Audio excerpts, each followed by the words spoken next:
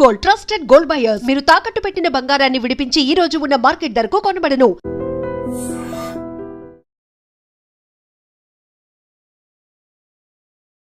Inside politics with Kavitha. BJP ఎంపీలు 8 మంది ఉన్నప్పటికీ రాష్ట్రంలో ఎరువుల కొరత ఎందుకని ఉంది? బీజేపీ కేంద్రం రాష్ట్రానికి సంబంధించి నిధులను ఎందుకు ఇవ్వలేకపోతోంది? 53 సార్లు సీఎం ఢిల్లీకి వెళ్ళినా ఎందుకు అపాయింట్మెంట్లు దొరకట్లేదు? రాష్ట్రానికి సంబంధించినటువంటి నిధులు ఎందుకు విడుదల కావట్లేదు? మనతో పాటుగా ఉన్నారు ఎంపీ రఘునందన్ రావు. రఘునందన్ గారు నమస్కారం అండి. సో యూరియా కొరత అనేది ఒక 3 నెలల నుంచి విపరీతంగా ఉంది. యూరియాని ఎవరైతే తెస్తారో ఎవరైతే ఇస్తారో వాళ్ళకే మేము ఓటేస్తామంది బీఆర్ఎస్ వైస్ ప్రెసిడెంట్కి సంబంధించి ఓటింగ్లో కూడా పాల్గొనలేదు. సో తప్పు ఎవరిదంటారు అక్కడ? ఓట్లు లేని వాళ్ళు ఓటేస్తామని బెదిరిస్తే ఎవరేం చేస్తారు? 4 ఎంపీలు ఉన్నారు కదా రాజ్యసభ. లోక్సభలో వాళ్ళకి ఒక్క ఎంపీ కూడా లేడు కదా కవిత గారు. సో మేము చేసేది ఈ దేశం బాగుండాలని పనిచేస్తున్న నరేంద్ర మోడీ గారి నాయకత్వంలో తప్ప ఓట్ల కోసం సీట్ల కోసం మేము పంచాయతీ చేసేటోళ్ళం కాదు. యూరియా ఈ రాష్ట్రానికి కొంత డిలే, టెక్నికల్గా ఒక 1 వీక్ 10 డేస్ కొంత యూరియా డిలే ఉంటుంది, కానీ 100% రైతన్నలకి ఆగస్టు 1 వరకు ఎంత యూరియా కావాలనో అంత యూరియాని అందించడం లోపల కేంద్ర ప్రభుత్వం 100% సఫలీకృతమైంది, చక్కగా పనిచేసింది. దాన్ని డిస్ట్రిబ్యూషన్ చేయడం లోపల కాంగ్రెస్ పార్టీ వైఫల్యం అయితే దాన్ని ఒక ఉద్యమంలాగా మలిచి రాష్ట్ర ప్రభుత్వాన్ని బదనాం చేసి కేంద్రాన్ని బదనాం చేసడం లోపల టీఆర్ఎస్ కొంతమేర సక్సెస్ అయింది. కాకపోతే ఇప్పుడు తేవడంలో విఫలమయ్యారు, లేకపోతే ఇప్పించడంలో విఫలమయ్యారు. ఉన్నటువంటి 8+8 కలిపితే 0 అయింది తప్ప రాష్ట్రానికి ఒరిగింది ఏమీ లేదు అనేది ఒక వాదన. ఇప్పుడు జర్నలిస్ట్గా పనిచేసి వచ్చినా కాబట్టి జర్నలిస్టులని అనే అధికారం నాకు ఉందని అనుకుంటాను. తెలుగు మీడియాకి బాగా పైత్యం ఎక్కువ కవిత. ఇప్పుడు వాళ్ళ బాపు ఉన్నప్పుడు యూరియా ఇచ్చింది ఎవరు? కేటీఆర్ వాళ్ళ నాయన ఉన్నప్పుడు లేదా కేసీఆర్ వాళ్ళందరికీ, తెలంగాణ ఉద్యమకారులందరికీ బాపు అయినా కేసీఆర్ 10 ఏళ్ళు ఈ రాష్ట్రాన్ని పాలించినప్పుడు యూరియా ఇచ్చింది ఎవడు? ఏం కాదా? నేను తమాషా చేస్తారు. మీరుంటే చక్కగా ఉంటుంది, పక్కన ఉన్నాడు ఉంటే చేతనైతే లేదనే మాటలు ఏం మాట్లాడతారు మీరు అసలు? అప్పుడు యూరియా ఇచ్చింది నరేంద్ర మోడీ, ఇప్పుడు యూరియా ఇచ్చింది నరేంద్ర మోడీ.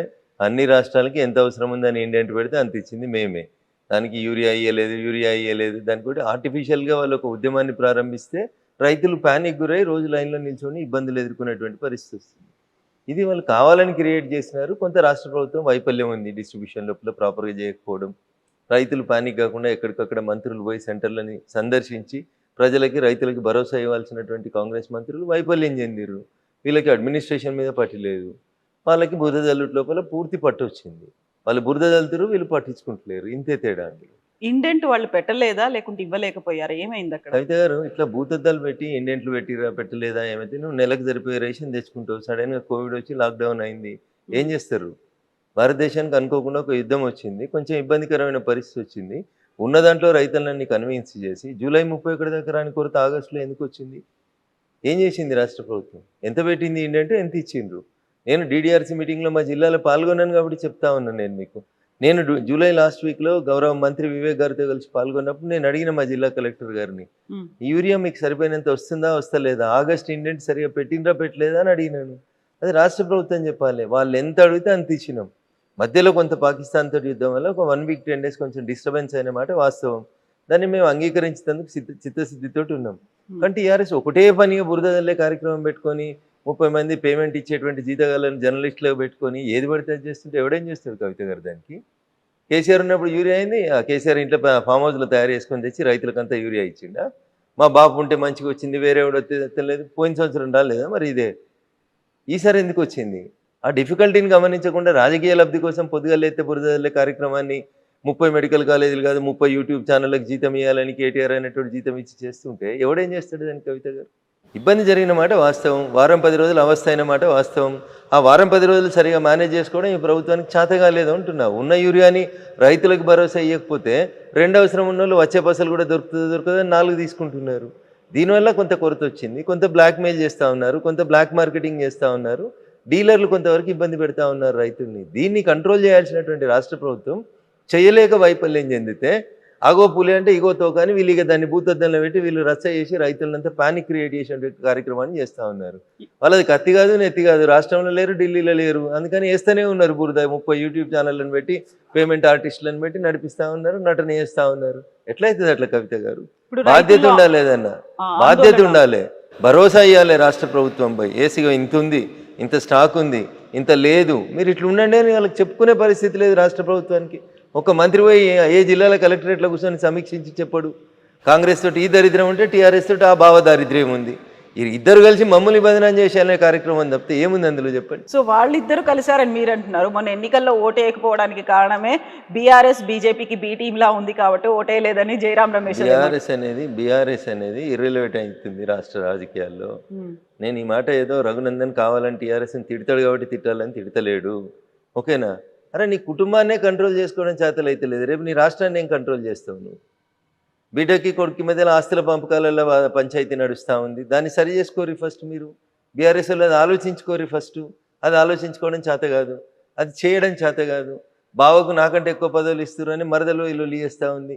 కుటుంబాన్ని చక్కదిద్దుకో, నలుగురున్న కుటుంబాన్ని చక్కదిద్దుకోలేనోడు రేపు 4 కోట్ల తెలంగాణ ప్రజల్ని చక్కదిద్దాడు, రేపు మా బాపు మళ్ళీ వస్తాడు, మేము మళ్ళీ వస్తాం, వచ్చి ఏం చేస్తారు? బిడ్డకే న్యాయం చేయలేను, నువ్వు దేశంలో ఎవరికే న్యాయం చేస్తావు? తొలి తెలంగాణ క్యాబినెట్లో ఒక ఆడబిడ్డకు మంత్రి పదవి వేయకుండా అట్లా ఆడబిడ్డలకి అన్యాయం చేసినావు. ఆఖరికి రెండో దాంట్లో ఇప్పుడు నీ బిడ్డనే చెప్పి బయటకు వచ్చింది, మా నాయన మొత్తం సామాజిక తెలంగాణకు వ్యతిరేకం, మా నాయననే తప్పు చేసిండు అని చెప్తుంది. ఇంకేం ముఖం పెట్టుకుని వచ్చి ఓట్లు అడుగుతారు రేపు టీఆర్ఎస్ వాళ్ళు? దేనికోసం అడుగుతారు ఓట్లు? సంపాదించిన అక్రమాస్తుల్ని బిడ్డకి కొడుకు సరిగా వంచలేదని చెప్తాడా? లేకపోతే బిడ్డకి పదవి వేయక మా అల్లుడికి పదవి ఇచ్చిన అల్లుడు ఇంకోటి చేస్తున్నాడని చెప్పుకుంటాడా? ఏం చెప్తారు మీరు రేపు వచ్చి? ఏం టీఆర్ఎస్ ఏం బీఆర్ఎస్ ఏడున్నదని? ఇర్రెలవెంట్ అయిన వాళ్ళ గురించి మీరేదో ముచ్చట పెడతారు మళ్ళీ నాతోటి వచ్చి. ఏమున్నది అందులో? ఏడున్నారు వాళ్ళు? ఏడున్నారు కవిత గారు? ఎందుకు లేరు మెదక్ పార్లమెంట్లో? ఏం చెప్తారు మీరు? ప్రజాస్వామ్యం అర్థం ప్రజలు ఓట్లు వేస్తారు, మీకు ఓట్లు వేస్తే లేరు కదా, రేపు ఇంకా వేయరు మీకు. నిన్న మన ఒక జర్నలిస్ట్ కృష్ణ అనుకుంటా మిత్రుడు 10 ప్రశ్నలు సమాజం ముందు నుంచి సర్వే చేసిండు. ఏమొచ్చింది సర్వే రిపోర్టు? మాకేం కాలే, మంచిగా ఉన్నామని బింకనాలు పొంకనాలు కొట్టి పొద్దుగల బావ ప్రెస్ పెడితే పొద్దుగుకి ట్వీట్ పెట్టుడు, గివే కదా వాళ్ళ పంచాయతీ, బావబొమ్మరుదుల పంచాయతీలే కదా. వాళ్ళు ఏం చేస్తున్నారండి వాళ్ళకి? మీరు చూడు, నేను చాలా స్పష్టంగా చెప్పదలుచుకున్నా మీకు. ఈ 18 నెలల్లో గత ఏడాది నుంచి హరీష్ రావు గారు ఒక జిల్లాకు వస్తే దానికి పోటీ కేటీఆర్ గారు ఇంకో జిల్లాకు పోవాలి. హరీష్ రావు గారు ప్రెస్ మీట్ పెడితే కేటీఆర్ గారు ట్వీట్ పెట్టాలి, హరీష్ ట్వీట్ పెడితే కేటీఆర్ గారు ప్రెస్ మీట్ పెట్టాలి, బావ సిరిసిల్లకు పోతే బామ్మది కరీంనగర్ పోవాలి. ఇది తప్ప వాళ్ళిద్దరి పోటీ పంచాయతీ తప్ప వాళ్ళు ప్రజలకు చేసింది ఏంది? ఏం చేసిర్రు? 10 ఏళ్ళలో మీరు చక్కదిద్దింది ఏందని? ఓ గ్రూప్ 1 పెడితే కోర్టుకు పోతుంది, గ్రూప్ 1 పోతుంది, గ్రూప్ 2 పోతుంది, గ్రూప్ 3 పోతుంది. అసలు ఎవరి కొంపల బంగారం వచ్చింది? మీ కొంపల తప్ప పక్కన కొంపల బంగారం రాలే. ఆఖరికి వచ్చిన ఆ బంగారాన్ని సరిగా వంచుతలేమనే కదా ఇలా బిడ్డి పంచాయతీ పెట్టిందంతా. దేని కొట్లాడుతున్నారు కవిత గారు వాళ్ళు? అన్నా చెల్లె దేని కొట్లాడుతున్నారు? బావమరదలు దేని కొట్లాడుతున్నారు? నేను మాట్లాడితే బీజేపీని నాకేదో కేసీఆర్ మీద కోపం ఉంది, కేసీఆర్ కుటుంబం మీద కోపం ఉందని కింద మళ్ళీ పేమెంట్ బ్యాచ్లో 200లకు జీతం ఇచ్చి కామెంట్లు పెట్టిస్తుంటాడు కేటీఆర్ అనేటోడు. దుబాయ్లో సంస్థలు పెట్టుకొని సంపాదించుకున్న సొమ్ముతోటి. ఆడ కవిత అడిగిన దానికి సమాధానం చెప్పమను. మీ పతనం నాతోటే మొదలైంది, ఇంకా రేపు మొత్తం మిమ్మల్ని మొత్తం లేకుండా చేస్తాం ఇట్లే చేస్తే. మీరు ఈ పేమెంట్ బ్యాచ్లతోటి పైసలతోటి రాజకీయం చేయకూడదు దయచేసి. ప్రజలకు సేవ చేసి గెలువుండ్రి. నీ బిడ్డే నీ చెల్లె చెప్పింది కదా నాయనని మంచిగా చూసుకోమని, చూసుకో. పక్క రాష్ట్రం లేదు అయింది కదా జయలలిత గారికి, అట్లా కాకుండా అట్లా చూసుకో, జాగ్రత్త పడు. రామన్న అని ప్రాధాయపడుతూ చెప్పింది కదా, పైసల పంచాయతీ కాదు, ముందు నాయనని కాపాడుకోరు. నీకు నాయనని కాపాడుకోవడం రాదు, చెల్లెని కాపాడుకోవడం రాదు, మా మీద ఇరుసుకపడ్డమనేది యూట్యూబ్ ఛానల్ పెట్టి పేమెంట్ బ్యాచ్లు పెడితే ఏమవుతుంది కవిత గారు? ఇప్పుడు బీఆర్ఎస్ పార్టీలోంచి, అంటే అప్పుడు ఉన్నటువంటి టీఆర్ఎస్ పార్టీలోకి మీరు బయటికి రావడానికి కూడా ఒక కారణం అని చెప్పారు. అదే కారణంతోనే మీరు వచ్చిండ్రా బయటికి? నేను ఏమంటున్నా, వాళ్ళ కుటుంబ పంచాయతీలో మమ్మల్ని ఎందుకు లాగుతారు? మీ పేరు చెప్పారు కదా అక్కడ. పోనీరు, చెప్పేటోళ్ళు చెప్పుకుంటేనే, వాళ్ళకి ఎలా అవసరం వచ్చినప్పుడు ఇది చేసుకుంటారు. మనకెందుకు కవిత పంచాయతీ? వాళ్ళ సాగు వాళ్ళు చావనీరు. సో వచ్చినటువంటి రీజన్స్ అన్ని ఏంటనుకుంటున్నారు? ఇవన్నీ రీజన్స్ తోనే నేను నన్ను ఎందుకు బయటికి పంపిరేంది అనేది నేను బయటకు వచ్చినప్పుడు ఉండబద్దలు కొట్టినట్టు చెప్పిన. ఓకేనా? తిట్టేకాడికి తిట్టినా, శాపనార్థాలు పెట్టేకాడికి పెట్టినాం, చేసేకాడికి చేసినాం. ఇది కాదు కొట్లాడాలి వ్యతిరేకంగా నిలబడాలనుకున్నాం. ఏ నోరైతే కేసీఆర్ గొప్పోడు, తెలంగాణ గొప్పదని చెప్పిందో, తెలంగాణ తెచ్చుకుంటేందుకు ఆయన ఉపయోగపడతాడని చెప్పిండో అదే నోరు చెప్పింది. వచ్చిన తెలంగాణ నేను దోసుకొని పెడుతున్నాడు, మళ్ళీ ఎవరికి వస్తే వ్యతిరేకంగా కొట్లాడినేమో వాళ్ళకే ఇస్తున్నాడు అని మళ్ళీ కొట్లాడింది ఇదే రఘునందన్ రావు నోరు. మంచిని మంచి అన్నం, చెడుని చెడు అంట. సార్ ఇప్పుడు బీఆర్ఎస్ బీజేపీకి బీ టీం కాదా? ఈ ప్రశ్న అడిగేటువంటి రిపోర్టర్లకి మీ క్వాలిఫికేషన్ ఏందని అడగాల్సి వస్తుంది. ఒక రాజకీయ పార్టీ ఇంకొక రాజకీయ పార్టీకి బీ టీం ఎందుకు అవుతుంది? ఎందుకు అవుతుంది అంటున్నా. కేసీఆర్ అనేటోడు ఇఫ్తార్ విందులు ఇస్తాడు, మేము ఇఫ్తార్ విందులలో పాల్గొంటామా? పార్టిసిపేట్ చేస్తున్నారు కదా. వాళ్ళు ముస్లిమ్స్కి రిజర్వేషన్స్ కావాలని కొట్లాడతారు కేసీఆర్ వాళ్ళు. కాంగ్రెస్ కొట్లాడుతుంది. కాంగ్రెస్ బీఆర్ఎస్ ఒకటవుతుందా? బీజేపీ బీఆర్ఎస్ ఒకటవుతుందా? ఎట్లా అడుగుతారు మీరు ఆ ప్రశ్నలో అంటున్నా? ఏ సిద్ధాంతంలో పోలికుంది? మాకు దేశం ఫస్ట్, మా నాయకుడు 24 గంటలలో 18 గంటలు పనిచేస్తాడు, వాళ్ళ కుటుంబం ఫస్ట్. అవునా? వాళ్ళకి 24 గంటలు ఫామ్ హౌసే ఫస్ట్, వాళ్ళకి ఆస్తులు దోసుకోవడం ఫస్ట్, మాకు ఈ దేశం కోసం చచ్చిపోవడం ఫస్ట్. ఇక వాళ్ళకి మాకు బీఫ్ టీంలు ఎట్లయితే ఏం పొంతన ఉంటుంది? ఏం పోలికుందని అడుగుతారు? బీఆర్ఎస్కి ఏం సిద్ధాంతం ఉంది? ఏం సిద్ధాంతం ఉంది బీఆర్ఎస్? తెలంగాణ తొలి ముఖ్యమంత్రి దళితుడే, చెప్పిన మాట మర్చిపోవాలి. తెలంగాణ ఫస్ట్ క్యాబినెట్లో మహిళలు ఉండరు, ఆకాశంలో సగం ఆడబిడ్డలు ఎట్లు ఇయ్యరు అంటాడు అవసరం వచ్చినప్పుడు. మళ్ళీ ఆయన ఇలా ఆడబిడ్డలు కనబడరు. రెండో క్యాబినెట్లో బీసీలు ఉంచారు. తెలంగాణ జనాభాలో 185% బీసీలు, ఎస్సీలు, ఎస్టీలు. ఇది జూన్ 2014లో కేసీఆర్ గారు నిండు శాసనసభలో చెప్పిన మాట. ఏడిచ్చిండు మంత్రి పదవులు, ఏడిచ్చిండు మంత్రి పదవులు. 3 బీసీలకిస్తే ఒక బీసీని అర్ధరాత్రి తీసి పారేసిండు. అవునా? ఏమున్నది మరి వాళ్ళకి సామాజిక న్యాయం అంటే? ఏమేదో చెప్తుంది సామాజిక న్యాయం అని మా చెల్లె కవిత. పూలే బొమ్మ పెట్టాలి అసెంబ్లీలో. అరే మీ నాయన ముఖ్యమంత్రి ఉన్న 10 ఏళ్ళు ఏడున్నావు నువ్వు? ఏడున్నావు అంటున్నా. అప్పుడు ఎందుకు పెట్టలే పూలే విగ్రహం? అప్పుడు ఎంపీ నువ్వు, ఎమ్మెల్సీ ఎందుకు పెట్టలే? నాయన నేను పూలే విగ్రహం పెడతాను ఎందుకు పోయి పెట్టలే అసెంబ్లీలో? ఇలా దానికి సంతకాల సేకరణ అని ఓ రోజు కోదండరామ్ గారింటికి, ఓ రోజు లేని గద్దర్ గారింటికి, ఓ రోజు ఇంకోళ్ళ ఇంటికో ఏదో సంతకాలు చేస్తుంది. ఈ మీద ఉద్ధరిస్తున్న సమాజాన్ని అని తిరుగుతుంది. ఏం ఉద్ధరిస్తుంది? నవ్వుతురు జనాలు. 10 ఏళ్ళు పెట్టడం చేతగలగని ఈమెకి ఈమె ఇలా పూలే పేరు చెప్పుకొని తిరుగుతుంది. సామాజిక తెలంగాణ అంట. మీ నాయన చేసిందే నువ్వు చేస్తూ ఉన్నావు. ఎట్లా వస్తుంది మీతోటి సామాజిక తెలంగాణ? మాతోటి వస్తుంది కవిత గారు. మేము 170 మందికి ఇచ్చినాం కేంద్ర క్యాబినెట్ లోపల. వాళ్ళు ఇయ్యలే, టీఆర్ఎస్ వాళ్ళు ఇప్పుడున్న కాంగ్రెస్ వాళ్ళు ఇయ్యలే. మీరేమో టీఆర్ఎస్ మా బీ టీం అంటాడు, బీఆర్ఎస్ వాడేమో కాంగ్రెస్ బీజేపీ ఒకటి అంటాడు. ఎందుకు ఒకటైతాం అంటున్నా? మాకు ఎవరితోటి ఏం అవసరం ఉందని ఒకటైతాం? మాకు ఏం అవసరం వాళ్ళతోటి? మా సిద్ధాంతానికి వాళ్ళ సిద్ధాంతానికి పొత్తు ఎక్కడుంది, పొంతన ఎక్కడుంది, సారూప్యత ఎక్కడుంది?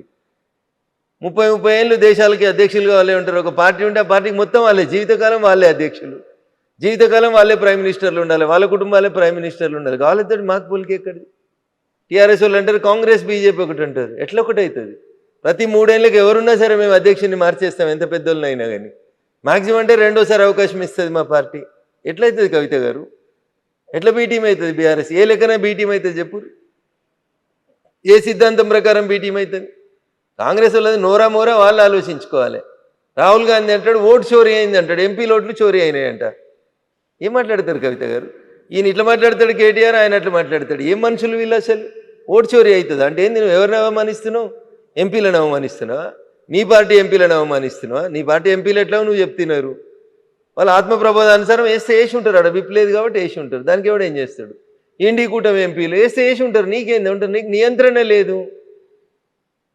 నీకు పార్టీ మీద నియంత్రణ లేదు, మీ ఎంపీల మీద నియంత్రణ లేదు, ఎంపీలకు నీ పార్టీ అధికారంలోకి వస్తుందనే విశ్వాసం లేదు. సో ఎవరుంటారు నీతో పాటు? ఎందుకుంటారు? పడవ మునిగిపోతుందని తెలిస్తే ఈత వచ్చిన వాళ్ళంతా పడవలకి వెళ్ళి దుంకి వెళ్ళిపోతుంటారు కవిత గారు. మునిగేదాకా ఎందుకుంటారు పడవలో? ఎప్పుడు అవకాశం వచ్చినప్పుడు అప్పుడు అటు దుంకి వెళ్ళిపోతూనే ఉంటాడు కదా. మునిగిపోయే పడవలు ఏ రాజకీయ నాయకుడు ట్రావెల్ చేస్తాడు? సో ఇప్పుడు మీరు ఈ మాటలన్నిటిలోనూ ఓట్ చోరీతో పాటుగా అన్నది సిబిఐ, ఈడీలు, ఐటీ ఈ అన్నిటినీ త్రిశూల వ్యూహాన్ని అమలుపరుస్తున్నారని అదే రోజు కదా రేవంత్ రెడ్డి కూడా కాళేశ్వరం ప్రాజెక్ట్ మీద సిబిఐకి ఇస్తోంది అని. మీరు ఈ ప్రశ్న రాహుల్ గాంధీనో రేవంత్ రెడ్డినో అడగాలి. కాంగ్రెస్ వాళ్ళు చేసిన తప్పులకు వచ్చి బీజేపీ వాళ్ళని సమాధానం చెప్పమంటే మాకు ఏం అవసరం ఉందని సమాధానం చెప్తాం? ఆ ట్వీట్ చేసినప్పుడు కింద మీరు కౌంటర్ పెట్టాలి. అరే వారి బుడ్డోడా, ఇది ఈ సిబిఐని ఈడీని తీసుకొచ్చింది బీజేపీ పార్టీ నరేంద్ర మోడీ గారు కాదురా బాబు, మీ నాయనమ్మ మీ తాత ఉన్నప్పుడు తెచ్చిరు, వాళ్ళని అడుగురా పోయాని అడిగిపోయి అడిగిరారా పోరే అని చెప్పాలి. అట్లా ఏది ఎప్పుడు వచ్చిందో తెలియని వాళ్ళు మాట్లాడితే ఆ నిమిషానికి ఎవడో పక్క నుండి ట్వీట్ చేస్తాడు. ఆఫీసులో బ్యాక్ బెంచీల్లో ఫ్రంట్ బెంచీల్లో కూర్చున్నాడు, అంతేగా నేను చదివి ట్వీట్ చేస్తాడా? మరి ఇప్పుడు కాళేశ్వరం ప్రాజెక్ట్లో సిబిఐ అంటే ఏమవుతుంది అనుకుంటున్నారు మీరు? నాకు తెలియదు, అది ఇచ్చిరో అయ్యలేదో ఏమవుతుందో కాలం నిర్ణయిస్తుంది, చూద్దాం. అది మధ్యలో కోర్టుకు పోయినట్టుంది కదా, కొద్దిగా ఓపిక ఉందాం. సామాజిక న్యాయం, బీసీలకి 42% రిజర్వేషన్లు, ఇదేమవుతుంది? ఎక్కడి దాకా వెళ్తుంది? మేము ఇస్తున్నాం కదా, మాకు అవకాశం ఉన్న ప్రతి చోట మేము ఇస్తున్నాం. కాంగ్రెస్ లాగా ముస్లిమ్స్తో కలిపి ఇచ్చేటువంటి ఆలోచన మాకు లేదు. మేము డాక్టర్ బిఆర్ అంబేద్కర్ గారు రాసిన రాజ్యాంగాన్ని ఫాలో అవుతాం. డాక్టర్ బిఆర్ అంబేద్కర్ గారు రాసిన రాజ్యాంగంలో ఎస్సీలకి ఎస్టీలకి రిజర్వేషన్లు ఇవ్వమన్నారు కానీ మైనార్టీలకు రిజర్వేషన్లు ఇవ్వమని చెప్పలేదు. అయినా కవిత గారు బిలో 10 ఉంటే మైనార్టీస్ అవుతారు, మోర్ దెన్ 10 అయినాక వాళ్ళు మైనార్టీస్ అయింది, వాళ్ళకి మైనార్టీ రిజర్వేషన్ అయింది, వాళ్ళని తెచ్చి బీసీ రిజర్వేషన్లో పెట్టేటువంటి తెలివి తక్కువ పని అయింది. ఎట్టి పరిస్థితుల్లో కూడా వాళ్ళకి రిజర్వేషన్స్ ఇవ్వం మేము. సో దీనికి చట్టబద్ధత వస్తుంది అనుకుంటారా? కోర్టుకు వెళ్తారా? ఏమైనా పోని, వాళ్ళు ఎడికైనా పోని. కోర్టు ఏం చెప్తుంది? భారత రాజ్యాంగాన్ని దాటిపోయి పనిచేయమని చెప్తుందా? రాజ్యాంగం ఫ్రేమ్ ఎంతుంటే గంతల్ని పనిచేయమని చెప్తుంది. రాజ్యాంగబద్ధమైనటువంటి విషయాల్ని రాజ్యాంగబద్ధంగానే పరిష్కరించమని చెప్తుంది. రాజ్యాంగం లిమిట్ని దాటి పనిచేయమని ఎవరెట్లా చెప్తారు కవిత గారు? ఇప్పుడు 42% రిజర్వేషన్ ఇయ్యనంత వరకు స్థానిక సంస్థల ఎన్నికలు రావు వాళ్ళకి అన్నారు. ఎన్నికలు పెట్టే ధైర్యం లేక వాళ్ళ మాట మాట్లాడితే నేనేం చేస్తాను? గెలిచి నీకు ఇవాళ 18 నెలలు 20 నెలలు అవుతుంది, ఇవాళ దాకా ఎలక్షన్స్ పెడతలేరు మీరు. ఇప్పుడు బీజేపీని బదనాం చేసినందుకు కుట్రా, బీజేపీ 42% రిజర్వేషన్లు ఇస్తలేదు కాబట్టి మేము ఎలక్షన్లు పెడతలేమని కుట్రా. రిజర్వేషన్ ఎంత ఉండేది ముందు ఎన్నికలు అయితే పెట్టి సార్, ఊర్లలో ఊడ్చడానికి జీతాలు లేక ఏడుస్తున్నారు, సర్పంచులు లేక సగం ఊర్లు ఇబ్బంది పడతా ఉన్నాయి, ముందు ఎలక్షన్లు పెట్టుర్రి. దానికైతే పార్టీ గుర్తుండదు కదా. గెలిచిన వాళ్ళంతా మా కాంగ్రెస్ వాళ్ళనే కండువ కప్పుకో, ఎవడొద్దంటాడు తర్వాత నిన్ను. ఎలక్షన్లు పెట్టాను అంటున్నాం మేము. నువ్వు 42% వాళ్ళకే ఇచ్చేసి పెట్టుకో. 42%లో 10% ముస్లింలకు ఇవ్వడం వల్ల హైదరాబాద్ లాంటి సిటీ లోపల మీరు 150 కార్పొరేటర్లు ఉంటే దాంట్లో వాళ్ళు 10-15 మంది వాళ్ళే వచ్చేస్తున్నారు. ముస్లిం మైనార్టీలు బీసీ కోటా కింద వస్తూ ఉన్నారు. దీన్ని మేము వ్యతిరేకిస్తూ ఉన్నాం. సో ఇప్పుడు మీరు కిషన్ రెడ్డి గారి గురించి చెప్పారు, ఆ అధ్యక్షుడి గురించి మాట్లాడిన తర్వాత వెరీ రీసెంట్గా బీజేపీ నుంచి బయటకు వెళ్ళినటువంటి రాజా సింగ్, ఆయన ఎందుకు కిషన్ రెడ్డి గారికే సవాళ్ళు విసురుస్తున్నారు, ఛాలెంజ్లు చేస్తున్నారు, మన ఇద్దరం పోటీ పడదాం, రాజీనామాలు చేసి రమ్మని? సో మీరు ఇద్దరు అన్నారు కాబట్టి ఆ ఇద్దరిట్లో ఎవరు మాట్లాడినా కరెక్ట్గా ఉంటుంది. నేను మూడో వ్యక్తిగా బయట నుంచి చూస్తుంటే నాకు సరిగ్గా కాకుండా అది బీజేపీ పార్టీయే కదా, మాకు కనిపించట్లేదు, మాకు అర్థం కావట్లేదు. నేను అదే చెప్తా ఉన్నా మీకు. కిషన్ రెడ్డి గారు మాట్లాడినా బాగుంటుంది, లేదా ఆ ప్రశ్నకు సమాధానం రాజా సింగ్ గారు చెప్పినా బాగుంటుంది. మధ్యలో నేను థర్డ్ పర్సన్ అయితే కదా కవిత గారు, నేను మాట్లాడడం బాగుంది. సరే, మీరు ఇప్పుడు పొంతన పోలిక సిద్ధాంతాలు ఎక్కడున్నాయి అనుకుంటే, బయట నుంచి వచ్చినటువంటి వాళ్ళందరికీ కూడా డిఫరెంట్ ఐడియాలజీలు సిద్ధాంతాలు ఉన్నాయి. వాళ్ళందరూ బీజేపీలోకి వచ్చిన తర్వాత మొత్తం బీజేపీ ఐడియాలజీనే పుచ్చుకున్నారా? పుచ్చుకోకపోతే బీజేపీ కండువ ఎట్లా కప్పుకుంటారు? ఇప్పుడు ప్రస్తుతం నేనేం చెప్తున్నా మీకు, కండువ కప్పుకున్న మరుక్షణం నీకు నచ్చితేనే కండువ కప్పుకుంటావు. మీరు ఎందుకో కండువ ఒప్పుకుంటలేరు. మీరు మా ఇంటికి వచ్చి ఇప్పుడు నేను బలవంతంగా మీకు ఏమైనా కండువ వేస్తున్నానా? వేయను కదా. మీరు మా సిద్ధాంతాలు నచ్చి మా నాయకత్వం నచ్చి వచ్చి జాయిన్ అవుతున్న వాళ్ళు, పాత సిద్ధాంతాలను ఇంకా మోస్తా అంటే మా పార్టీ ఎందుకు ఊకుంటుంది? కాకుండా గ్రూపులు ఎందుకు కనిపిస్తున్నాయి? చాలా గ్రూపులు కనిపిస్తున్నాయి. గతంలో కరీంనగర్ కి సంబంధించి బండి సంజయ్ కావచ్చు, ఈటెల రాజేందర్ ఒకరి మీద ఒకరు మాట్లాడుకున్నటువంటి పరిస్థితి ఉంది. బండి సంజయ్ గారు మాట్లాడిన మాటలలో ఎక్కడ ఈటెల రాజేందర్ గారి పేరు రాలేదు. ఈటెల రాజేందర్ గారు మాట్లాడిన ఎక్కడ కూడా బండి సంజయ్ గారి పేరు రాలేదు. మీడియా అదే చెప్తున్నది, తెలుగు మీడియాకి ఉత్సాహం ఎక్కువ, నారద ముని వారసులం అనుకొని అట్లే అదే పంచాయతీని కొనసాగి తెలుగు మీడియానే ఇట్లుంది దురదృష్టం. కాకపోతే కేంద్రంలో ఎందుకు గోడీ మీడియా అనేది కూడా అట్లనే వస్తుంది, కేవలం మోదీ భజన మాత్రమే చేస్తున్నారు వాళ్ళు అనేది. మోడీ భజన చేస్తుంటే ఓటు చోరీ అవుతుందని పాదయాత్ర చేస్తుంటే రోజు టీవీలలో పేపర్లలో ఎట్లా వస్తుంది? మోడీ మీడియా అయితే రాహుల్ గాంధీ బొమ్మలు ఎట్లా కనబడుతున్నాయి? ఓటు చోరీ చేసిండని రాహుల్ గాంధీ మాట్లాడితే టీవీలలో ప్లేట్ బ్రేకింగ్లు ఎట్లా వస్తాయి? రావు కదా. మోడీ మీడియా అయితే రాహుల్ గాంధీ అనే పేరే రాదు కదా టీవీలలో. మేము స్వేచ్ఛ ఇచ్చినాం కాబట్టి మీరు ఏదైనా మాట్లాడుతున్నారు. మేము ఉన్నట్టు మాట్లాడుతున్నాం కాబట్టి మీకు బాధ అనిపిస్తుంది. మేము నిజంగా నియంతృత్వం పోతే మీరేడ మాట్లాడతారు? అంత మోడీ మీడియా అయితే వేరే పేర్లు ఎందుకు కనబడతాయి ఈ దేశం లోపల? We are free. మేము మళ్ళీ చెప్తా ఉన్నాం, బిఆర్ అంబేద్కర్ గారు రాసిన రాజ్యాంగం ప్రకారమే అందరినీ పనిచేసుకోమని అడుగుతున్నాం. దాన్ని మీరు ఎక్కువ ఫాయిదా ఉటాయిస్తున్నారు, అయినా మేము మౌనంగా భరిస్తా ఉన్నాం. ఓకే, సో ఇప్పుడు తెలంగాణ బీజేపీలో ఏం జరుగుతుంది అంటే, ప్రశాంతంగా కొత్త అధ్యక్షుడు రామచంద్రరావు గారి నాయకత్వంలో భారతీయ జనతా పార్టీ కార్యక్రమాలన్నీ బాగా చేసుకుంటూ ముందుకు సాగుతుంది. కాకపోతే రాజా సింగ్ ఇప్పటికి కూడా కిషన్ రెడ్డి కావాలనే తన ప్రెషర్ని అప్లై చేస్తూ ఉన్నారు, చేయాల్సిన పని చేసుకొని. నిన్న ఆయన విసిరిన సవాల్లో కూడా ఎవరి పనులను వాళ్ళని చేసుకొనివ్వండి, అలా అయితేనే ఎంపీలు కూడా వాళ్ళ పనులు చేసుకుంటారు అని. మీ పనులు మీరు చేసుకోవడే ఫెసిలిటీ కావచ్చు, ఆ ఫ్రీ హ్యాండ్ అనేది మీకుందా, ప్రెషర్ ఉందా? ఇప్పుడు మీరు వచ్చి నన్ను ఇంటర్వ్యూ చేస్తా అన్నారు, నేను ఎవరికైనా ఫోన్ చేసి ఇంటర్వ్యూ ఇవ్వాలా వద్దని అడిగినా నా అంతా నేను ఇంటర్వ్యూ ఇస్తున్నాను. అది మీ ఇండివిజువల్ డెసిషన్. ఇండివిజువల్ డిసిషన్ ఏముంది? అదే మరి ఫ్రీగా పని చేసుకుంటున్నాం అని చెప్పడానికి చెప్తున్నా, నేను ఇండివిజువల్ డిసిషన్ అని చెప్తలేను. టీవీలోకి ఇంటర్వ్యూ ఇవ్వద్దు రామచంద్రరావు గారు చెప్పలేదు, చెప్తే రాజాసింగ్ గారు ఎట్లా ఇస్తారు ఇంటర్వ్యూలు? ఇయ్యరు కదా. సో ఆయన ఛాలెంజ్లు అయితే విసురుతున్నారు. ఆ తర్వాత గ్రూపులు ఉన్నాయి, సమాధానం గ్రూపులు 100% నాకైతే కనబడతలేవు. మరి మీ అద్దాలు పెట్టుకొని చూస్తే నాకేమైనా కనబడతాయి తెలియదు, నాకు అద్దాలు రాలేదు, ఇంకా నాకు గ్రూపులు కనబడతలేవు. ఓకే, ఈ అద్దాలు గ్రూపుల కోసం కాదులేండి చూడడానికి, కానీ యాక్చువల్ గా అంటే ఆ చూపులో ఇక్కడ తేడా ఉంది అని అర్థం. నా చూపులోనే ఉందా? మరి సోషల్ మీడియా, జర్నలిస్ట్ మిత్రులు, సోషల్ మీడియా ఏముంది? అది మీ ఇష్టం ఉన్న మీ చేతిలో సెల్ ఫోన్ ఉంది, మీ నోటికి వచ్చింది రాస్తారు, దానికి ఎవరైనా జవాబు చేస్తారు. మీకు జవాబుదారితనం లేదు, నేనేం చేయాలి దానికి? నా ఫోన్ నా ఇష్టం అంటారు మీరు, నేనేం చేస్తాను దానికి? అందుకనే కొత్త చట్టాలు వస్తాయి, వచ్చినాక చూద్దాం.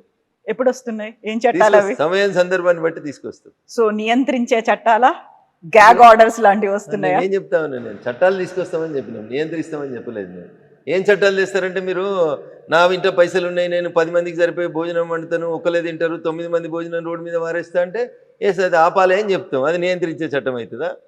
నోరున్నది కదా, ఎవరిని పడితే రెగ్యులేషన్ అనేది అవుతుంది. రెగ్యులేషన్ తెస్తాం, ఫుడ్ రెగ్యులేటరీ యాక్ట్ తెస్తాం. మీరు హోటల్కి పోతారు, 10 మందికి సరిపోయే టిఫిన్ ఆర్డర్ ఇస్తారు, మీకు నచ్చిన 2 ఇడ్లీలు తిని మిగతా అంతా బయట వారే అంటే బయట ఫుడ్ లేకుండా చచ్చిపోతున్న జనం కోసం ఆలోచించమని మేము అంటాం. అది మీకు నియంత్రణలా కనబడుతుంది. నా డబ్బులు నా ఇష్టం అంటే ఎట్లా ఒప్పుకుంటారు?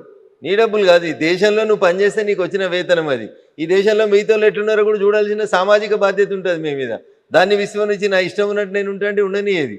ఈ దేశంలో కొన్ని సంస్కృతులు, పద్ధతులు, సాంప్రదాయాలు, విలువలు, చట్టాలు, రాజ్యాంగం ఉంది. ఇది ఎటు పడితే అటు ఎవరు పడితే వాళ్ళు ఏది పడితే చేస్తామంటే నియంత్రించేందుకు బరాబరి చట్టాలు వస్తాయి.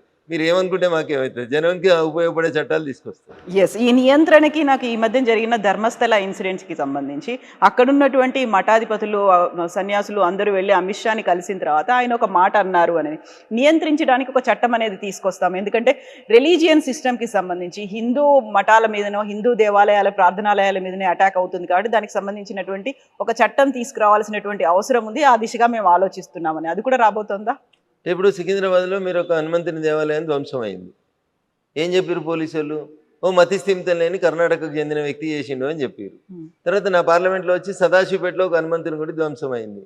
అదేదో మతిస్థిమితం లేనోడు పోయి చేసిండ్రు అన్నారు. రీసెంట్గా ఒక 1 month బ్యాక్ నేషనల్ హైవే మీద రుద్రారం అనే విలేజ్లో హనుమంతుని విగ్రహం ధ్వంసం అయింది.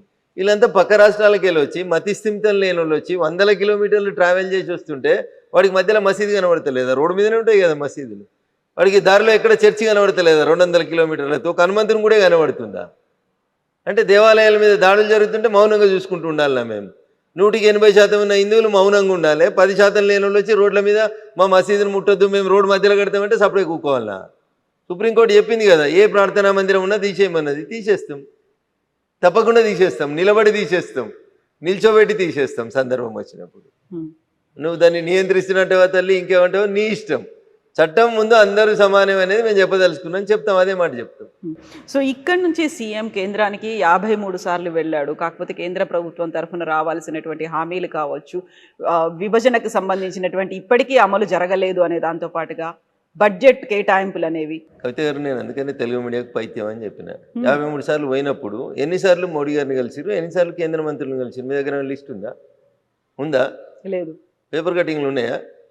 తీసుకురారు. ఒక 15 రోజుల తర్వాత మళ్ళీ కలుద్దాం కవిత గారు. నేను ఓపెన్గా ఛాలెంజ్ చేస్తున్నా. 53 సార్లు వచ్చిండు కదా ఆయన. కాంగ్రెస్ పార్టీ పెద్దలను కలవడానికి ఎన్నిసార్లు వచ్చిండు ఢిల్లీకి?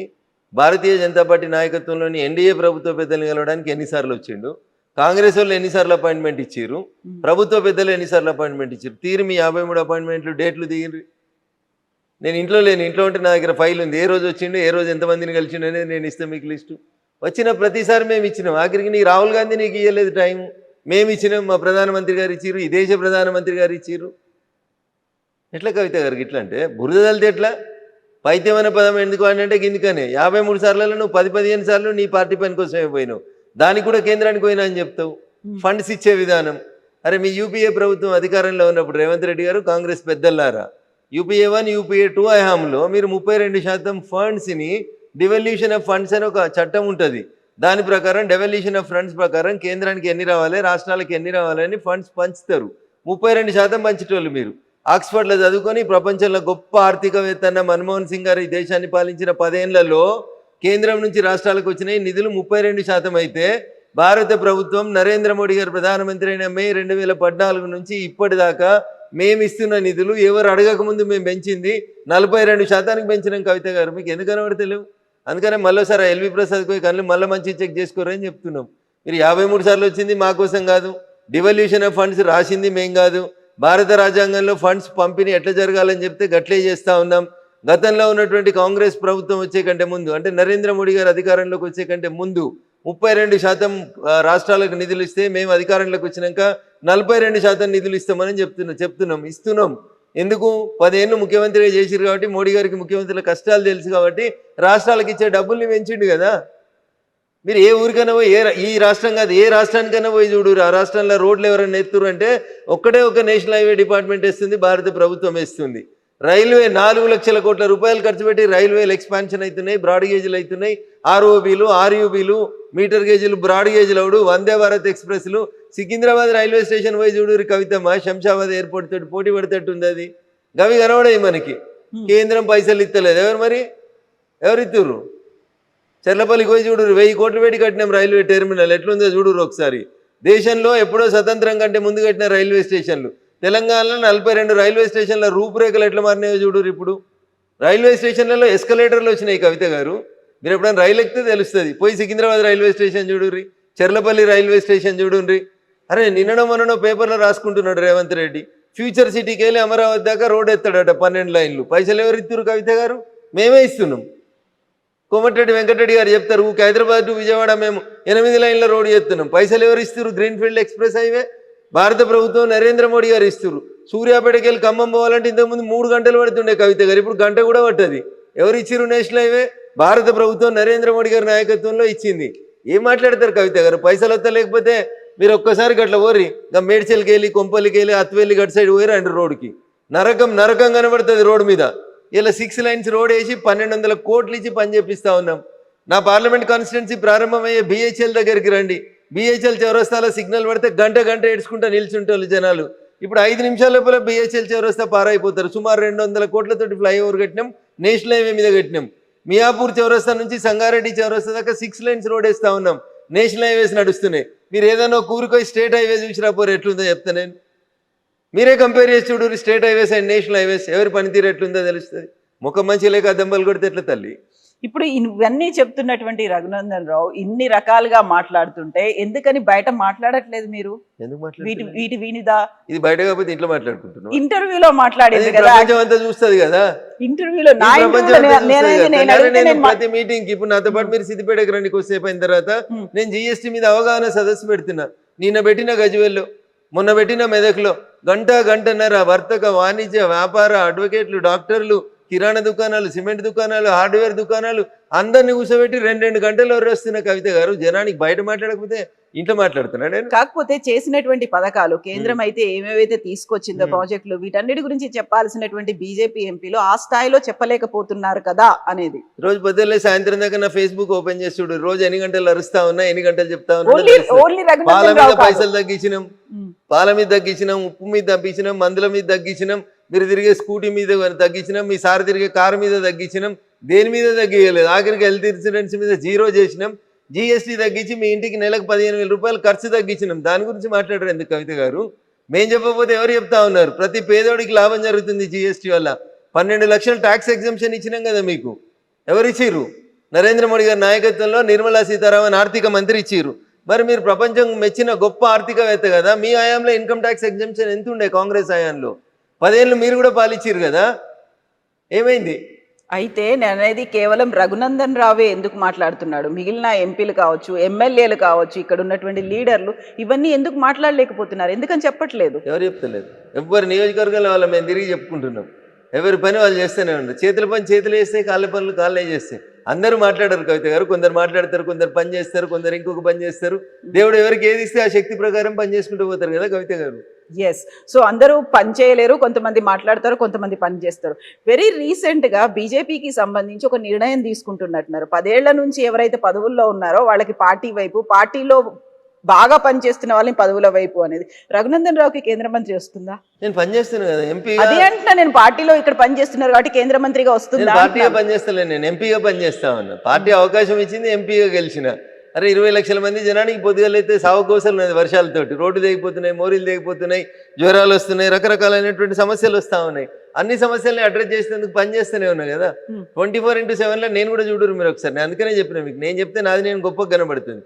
నా ఫేస్బుక్ పేజ్ ఓపెన్ చేస్తే తెలుస్తుంది. నేను ఎన్ని గంటలు ఇంట్లో ఉన్నా, ఎన్ని గంటలు బయట ఉన్నా తెలుస్తుంది. నిన్న పొద్దుల జిన్నారంలో ఉన్నా, సంగారెడ్డి జిల్లాలో ఉన్నా.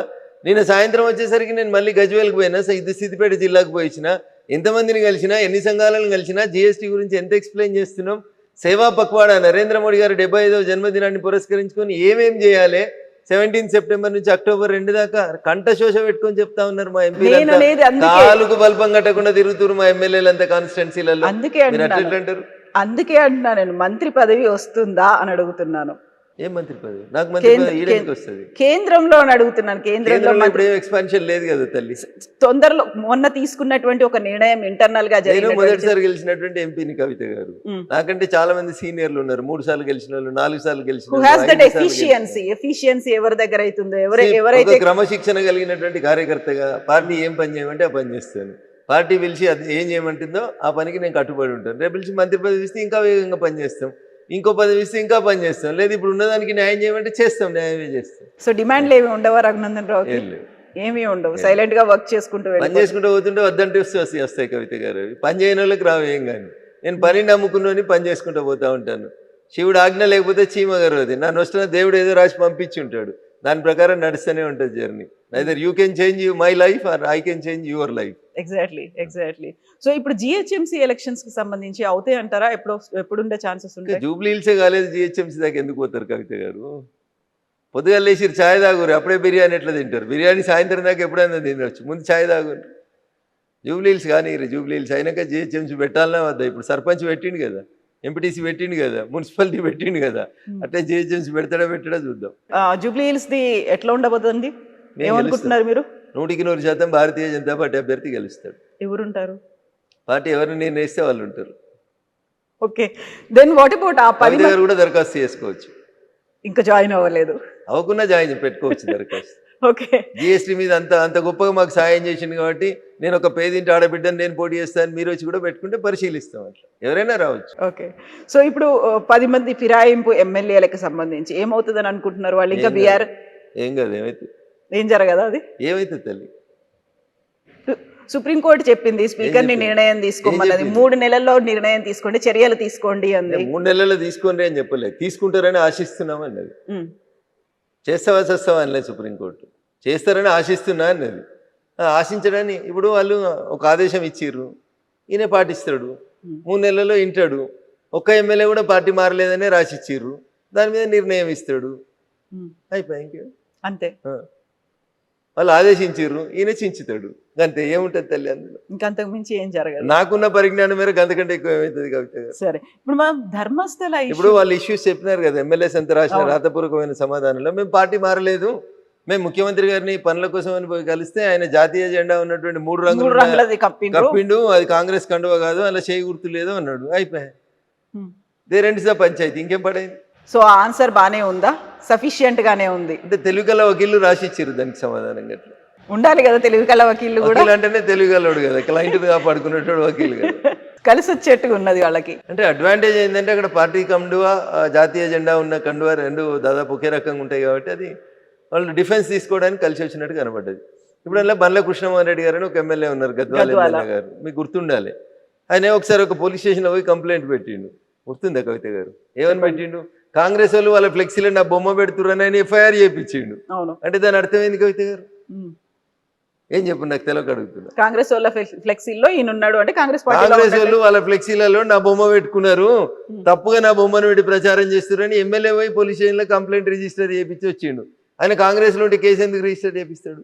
సో అంటే ఆయన బీఆర్ఎస్ అని మీరు అంటున్నారు? నేను అంటలేను తల్లి, ఆయన చెప్పింది చెప్తా ఉన్నాను, నాకేం అవసరం, నేను ఆయన వకీల్ కాదు, నాకు సంబంధం లేదు. సో ఇప్పుడు మనం ధర్మస్థల గురించి మాట్లాడుకుంటే, ధర్మస్థలలో ఏం జరిగిందని అనుకుంటున్నారు? ఎందుకని అంత మాస్ బరియల్ అనే దేశవ్యాప్తంగా ఒక నెగటివ్ ప్రొపగండా అయింది?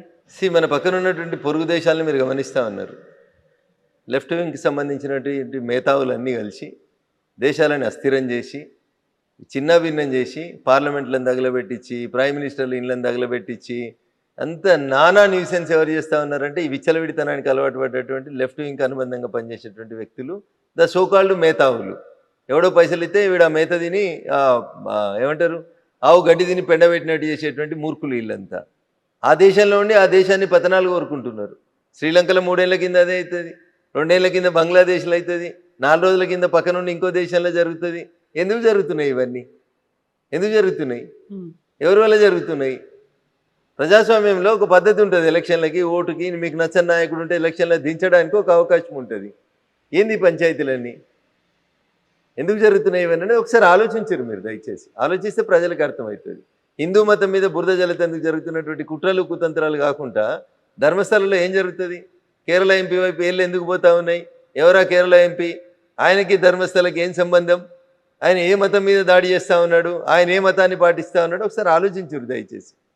సో అది మ్యాటర్ కోర్టులో సబ్జుడీస్ అయినప్పుడు ఇప్పుడు నేను ఇంతకంటే ఎక్కువ మాట్లాడలేను కాబట్టి కవిత గారు నిజం కొద్ది రోజులు ఆగు, ఆలస్యంగానైనా బయటకు వస్తుంది. నేపాల్లో జరిగిన తర్వాత వరుసగా 3 countries లో అయింది, అవి కూడా మన నైబర్ కంట్రీస్ అయిన తర్వాత మన దగ్గర కూడా అలాంటి రివోల్ట్ అనేది వస్తుంది అనేటువంటి విశ్లేషణలు ఎందుకు వినిపిస్తున్నాయి? మీరు యూత్ బయటికి రండి, జెన్జీ మీరు యాక్టివ్ గా ఉండండి అనేటువంటి నినాదాలు కూడా సోషల్ మీడియాలో ఎందుకు కనిపిస్తున్నాయి? ఎందుకంటే నేను చెప్పిన పైత్యం ఎక్కువ కనబడతాయి, మేత ఎక్కువైంది కాబట్టి కనబడుతున్నాయి. పక్క దేశాలకి వెళ్ళి వీళ్ళకి జీతం ఇచ్చేటో డబుల్ జీతం ఇస్తుంది కాబట్టి మాట్లాడుతున్నారు అంతే, అంతకంటే ఎక్కువ ఉంటుంది. వీళ్ళతో అయ్యేది ఏంది అంటున్నా, వీళ్ళతో ఏం కాదు గుర్తుపెట్టుకోరు. ఈ దేశానికి ఒక సంస్కృతి ఉంది, ఈ దేశంలో ఉన్న యువతకు ఒక ఆలోచన ఉంది. పక్క దేశాలలో జరుగుతున్నటువంటి సంఘటనలను చూసి అట్లాంటి సంఘటన జరగకుండా ఈ దేశాన్ని ఎట్లా కాపాడాలో ఈ దేశంలో ఉన్న యువతకు తెలుసు. కాబట్టి పట్టుమని 10 మంది పేమెంట్ తీసుకునేటువంటి పేమెంట్ ఆర్టిస్టుల కోసం ఈ దేశ యువత ఏదో చేస్తారని అనుకోవడం వాళ్ళ మూర్ఖత్వం. సో ఇప్పుడు బీజేపీ రాష్ట్రంలో ఎప్పుడు అధికారంలోకి వస్తుంది అనుకో, వచ్చే ఎన్నికలు ఎప్పుడు వస్తే అప్పుడు వస్తాయి. ఇమ్మీడియట్ గా దానికి తగ్గట్టుగా కంప్లీట్ సమాయత్తమైనరా? ప్రజలు ఓట్లేసి ఒక పార్టీని అధికారంలోకి తేవాలని నిర్ణయించుకున్న తర్వాత కవిత గారు 1983లో ఎన్టీ రామారావు తెలుగుదేశం పార్టీ పెట్టినప్పుడు ఏముండే కవిత గారు? అప్పుడు ఏముండే తల్లి చెప్పు? 9 నెలల్లో పార్టీ పెట్టి అధికారంలోకి తీసుకొచ్చారు. Bharatiya Janata party is a party with difference. సిద్ధాంతం కోసం, కమిట్మెంట్ కోసం అనేక మంది కార్యకర్తలు చచ్చిపోతూ సంవత్సరాల తరబడి నుంచి ఎత్తిన జెండా కోసం కొట్లాడుతున్నటువంటి కమిట్మెంట్ ఉన్న కార్యకర్తలు ఉన్న పార్టీ భారతీయ జనతా పార్టీ. దీనికి సన్నద్ధం ఏముంది కవిత గారు? ప్రజలు ఓట్లు వేయాలనుకోవాలి. 10 సంవత్సరాల టీఆర్ఎస్ పాలన చూసారు, 5 ఏళ్ళు ఉంటుందో లేదో నాకు తెలియదు కానీ 5 ఏళ్ళ కాంగ్రెస్ పాలన చూస్తారు. ఇక అప్పుడు ఎవరికి ఓటు వేయాలనుకుంటారు ప్రజలు? ఇద్దరిని చూసిన తర్వాత క్వైట్ న్యాచురల్గా థర్డ్ ఆప్షన్ మేమే కనబడతాం, మాకే ఓట్లు వేస్తారు. ఎప్పుడు ఎన్నికలు వచ్చినా నేను చర్చ మొదలుపెట్టినప్పుడు అర్ధగంట తిట్టిన వాళ్ళని, అన్నకి చెల్లెకి లేదు, బావకి మరదలకి లేదు, తండ్రికి బిడ్డ మీద కంట్రోల్ లేదు, గాళ్ళకి ఎందుకు ఓటేస్తారు కవిత గారు? కాకుండా జనాలు మళ్ళీ కేసీఆర్ రావాలని కోరుకుంటున్నారు, పూజలు చేస్తున్నారు, దేవాలయాల దగ్గర కూడా వాళ్లే కనిపిస్తున్నారు అనేది ఇదంతా ఆర్టిఫిషియల్ మూవ్మెంట్ని పైసలు ఇచ్చి నడిపిస్తారు అని చెప్తా ఉన్నాను. 100% ఆర్టిఫిషియల్ మూవ్మెంట్. వచ్చే ఎన్నికల వరకు టీఆర్ఎస్ ఏమవుతుంది, ఎట్లుంటుంది అనేది ఒకసారి చూద్దాం. కొద్దిగా వెయిట్ అండి. ఇంకా 3 ఏళ్ళు ఉంది కాబట్టి ఓపిక ఉండండి కవిత గారు, ఎందుకు తొందరపడు? సో పార్టీని విచ్ఛిన్నం చేసే కుట్ర జరుగుతోంది, హస్తగతం చేసుకునే కుట్ర. మాకేం అవసరం? తనన్న మాటలు చెప్తున్నారు, కవిత అన్న మాటలు. కవిత అడుగురు సమాధానం. కుటుంబాన్ని విచ్ఛిన్నం చేశారు, పార్టీని హస్తగతం చేసుకోవాలనే కుట్ర జరుగుతోంది చెప్పింది కదా కవిత. హస్తగతం చేసుకోవాలనుకుంటున్నా ఉంటుంది. హస్తం పార్టీలో అడుగురా ప్రశ్న, నన్ను కాదు అడగాల్సి. సో ఇంటర్నల్ గా జరగదా అది? బయట నుంచి అవుతుంది ఎక్స్టర్నల్ గా? ఇంటర్నల్ గా ఏముంటుంది కాబట్టి పార్టీ వాళ్ళు ఉన్న ముగ్గురు అనుకున్న తర్వాత 4 బెనిఫిట్ అవుతాడు. గట్లా పిట్టపోరు ఏదో పిల్లి తీర్చింది అన్నట్టు ఉంటుంది పంచాయతీ. ఇప్పుడు వాళ్ళ పంచాయతీ అంతా గట్లే ఉంటుంది. ఇప్పుడు కవిత అనేటువంటి ఎపిసోడ్ వచ్చిన తర్వాత ఏం జరిగిందని జర్నలిస్ట్ మిత్రుడు కృష్ణ అడిగిన ప్రశ్నలకు సమాధానం చెప్పారు, జనం చెప్పారు. కవితను సస్పెండ్ చేస్తారా చేయరా ఏమనుకున్నారు మీరంటే అది ఊహించిందే అన్నారు. 90% ప్రజలు చెప్పారు. కవిత ఇంపాక్ట్ ఏమైనా ఉంటుందా బయటకు పోతే ఉండదంటే 46% మంది ఉంటుందో అని చెప్పారు. ఇక 46% మంది ఉంటుందంటే 1% ఓట్లతోటి పార్టీలు గెలిచి ఓడిపోయి జరిగే ఈ దేశం లోపల కవిత గారు 46% మంది జనం మీద ఇంపాక్ట్ ఉంటుంది కవిత మీద తీసుకున్న నిర్ణయం అంటే టీఆర్ఎస్ ఎక్కడ ఉంటుంది ఒకసారి ఆలోచించి. కాకుంటే 3 ఏళ్ల కాలం ఉంది కదా, ఇప్పుడు ఆ ఇంపాక్ట్ ఉంది అనిపిస్తుందేమో. 3 ఏళ్లలో అదే కంటిన్యూ అవుతుంది అంటారా? 3 ఏళ్లలో ఈ పార్టీ 3 ముక్కలు కాదని ఎవరు మీరు గ్యారంటీ ఇస్తారా? ఇలా చెల్లెపోయింది రేపు బాగోవడానికి గ్యారంటీ ఇస్తారా? రేపు గౌరవనీయులు సంతోష్రావు గారు బయటకు వరని గ్యారంటీ ఇస్తారా? అంతా శ్రీమంతులే అయ్యారు కదా, అందరి దగ్గర 1000 కోట్లు అయిపోయినాయి కదా. ఎవరైనా బయటకోవచ్చు, ఎవరైనా కొత్త పార్టీ పెట్టుకోవచ్చు, ఎవరైనా ఏదైనా చేసుకోవచ్చు, ఏముంటుంది.